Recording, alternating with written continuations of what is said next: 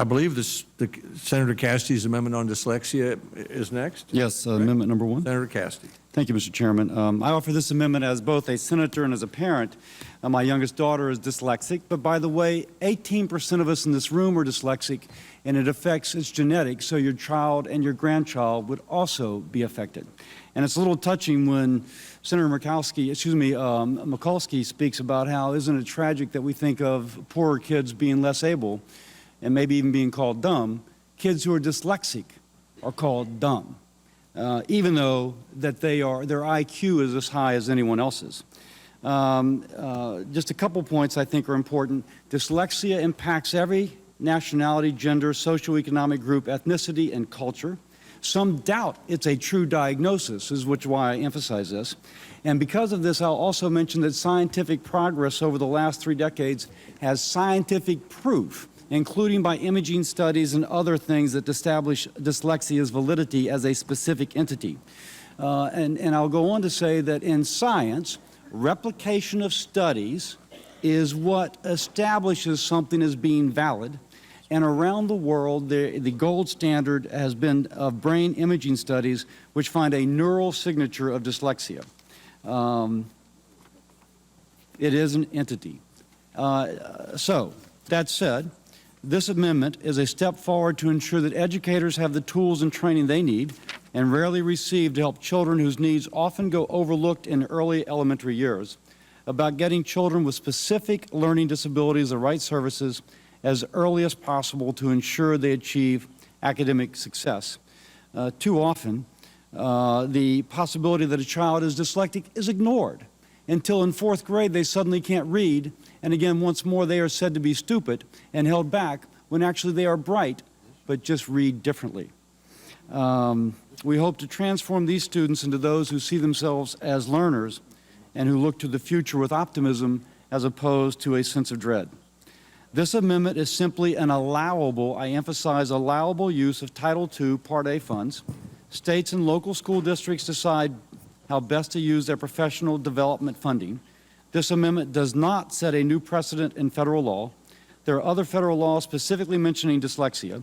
For example, Section 602 of the Individuals with Disability Education Act and Section 772 of the Higher Education Opportunity Act and Section 1116 of the Higher Education Opportunity Act. This amendment does nothing to amend, alter, or change how states or school districts are using their IDEA funding. Now, some opponents of this amendment are saying that this amendment is about creating special treatment or a privileged class of students. Nothing could be further from the truth. It is about getting children with a specific diagnosis the right services as early as possible.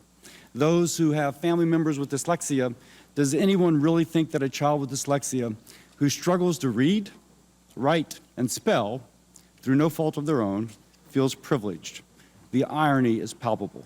It is time that Congress gives educators the training they need to ensure that children with dyslexia and other specific learning disabilities have the resources they need to succeed in school and life. I'll point out one more thing.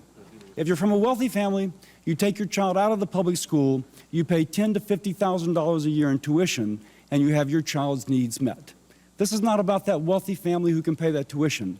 It is about the middle class and lower income family who are otherwise stuck with a child who shall never read well unless we do something such as this. So I ask your support for the amendment. Mr. Chairman. Senator Murray. Mr. Chairman, I listened carefully to Senator Cassidy, and I know the incredible personal passion you have on this issue, and I respect you for that. And I just want you to know, despite that, the way this amendment is currently written, it is very unacceptable to me, and I hope to this committee. You know, for the last 25 years, as they have fought to have their voices heard in the legislative process, there's a phrase that the disability community itself has been using, and that is nothing about us without us. Nothing about us without us. For a long time, on a bipartisan basis, this committee has really respected that sentiment, and I have letters from dozens of disability stakeholders saying they oppose this amendment as it's currently written. National PTA, Easter Seals, Arc of the United States, National Down Syndrome Society, Association of University Centers on Disabilities, and there's one of those in every one of our states, Bazelon Center for Mental Health, and more than 20 other national organizations. And I have received letters and emails from virtually every state represented on this committee as well, including my home state and the chairman's. So there's a lot of strong opposition to this. What is their specific concern? I'm sorry. I'm getting to that. I apologize. And I just want everyone to know there's strong opposition, and I hope my colleagues will really respect the voices of those with disabilities and support all students with disabilities. Adopting this amendment as it currently is written really runs counter to that sentiment. Now, I'm sure that teachers across the country would appreciate the ability to have more support to teach all the students in their classroom and to identify students who may have a disability and provide those students the specialized instruction that they do need. But that isn't what this amendment does. This amendment actually sends the message that this committee cares more about the education of one group of students with disabilities more than others. And that is not something that I think this committee should support, especially in a general education bill. And I want to explain exactly what this amendment does so everyone understands. In the Individuals with Disabilities Education Act, or IDEA, as we all know it, there are 13 categories of students with disabilities. The term specific learning disabilities, which is used in this amendment, is only one of those 13 categories. This category doesn't include students with autism or attention deficit or Down syndrome or cerebral palsy and more than 100 other diagnoses. In fact, it doesn't include more than 60% of students with disability. So what this amendment does is it sets a new precedent of singling out one of the 13 categories of students with disabilities in providing professional development to our teachers. Now, that's especially dangerous because Title II is meant to support all teachers and school leaders as they teach all students, not just 40% of them. Now, even though this is only an allowable use of funds, as the Senator stated, by calling out dyslexia and calling out learning disability, it shows in this legislative language that our committee and the Congress would have a preference for one group of children with disabilities over the other 12 groups of children with disabilities in IDEA. Now, we've heard a lot about local control in our discussions over the past several days. We've all heard it. It seems to me this is something that we ought to leave to school districts or even to states to determine their teachers' training needs and create systems that help our teachers better serve all of our students with disabilities rather than prescribing them with a solution that would only meet the needs of a select group. So, Senator, I appreciate your passion on dyslexia. I think it's something we all understand, but I think in singling it out in an amendment like this and setting a preference stated in our legislation, it does a disservice to all students with disabilities, and I oppose this amendment. Mr. Chairman, can I respond? Senator Cassidy. Yeah. One, I'm not concerned about my passion. I'm concerned about the facts and about the families that are so affected. First, I'll disagree with your first premise. If you look, it says the purpose includes students with dyslexia and other specific learning disorders. So it isn't just about dyslexics. On the other hand, dyslexics are 80% of those with learning disabilities, which are the statistics I've seen. And by the way, we have support from the National Center for Learning Disabilities, the Yale Center for Dyslexia and Creativity, the American Speech Pathologist, and Decoding Dyslexia. None of the groups you listed had dyslexia in their name. So if you're not a dyslexic, you may not care. In fact, you kind of like the fact that you have all these dyslexic kids otherwise driving your agenda. If you're the mother of a kid with dyslexia, which is 17.5% of the general population, and maybe as high as 50% of those reading below grade level, you're thinking, what is Congress talking about? You're not meeting my need. You're dancing around the fact that these special interest groups somehow don't want my child's needs addressed, when, by the way, there is a raft of scientific evidence that dyslexia is a specific diagnosis. Now, the reason I say that, if somebody in this room tragically gets lymphoma, I'm a doc. I don't treat you with chemotherapy for pancreatic cancer, even though the therapy for lymphoma really works well. Similarly, if you have pancreatic cancer, I use a different treatment for this. This acknowledges that there is a scientific basis for dyslexia. It is not about passion. It is about facts and scientific evidence. And with that scientific evidence, there are now specific curriculums that will address that for kids who may constitute 50% of those who are reading below their grade level. Now, we may decide, heck, we don't care about those families. Somehow we're going to be guided by special interest groups. I think we should be more motivated about the needs of that child. And if we are serious about addressing literacy in our nation, then we have to depend upon science and not upon those who have a vested interest in defeating this amendment.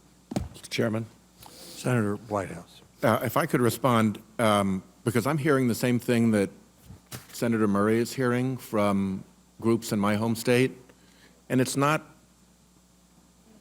what we would customarily think of special interest groups. It's groups that represent autism and groups that represent blind kids.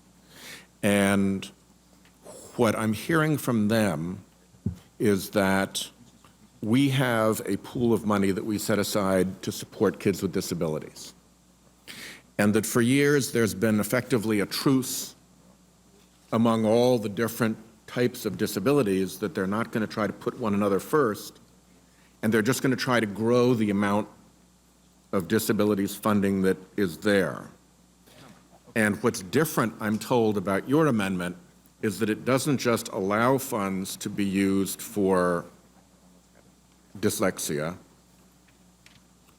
and it doesn't just emphasize the fact that something I think we all agree with, that dyslexia is a treatable condition and that there's a lot of opportunity here. I think we all agree with that. But that it creates a preference for the disability of dyslexia versus disabilities of blindness or autism or the other 12 or 13. And that's the concern.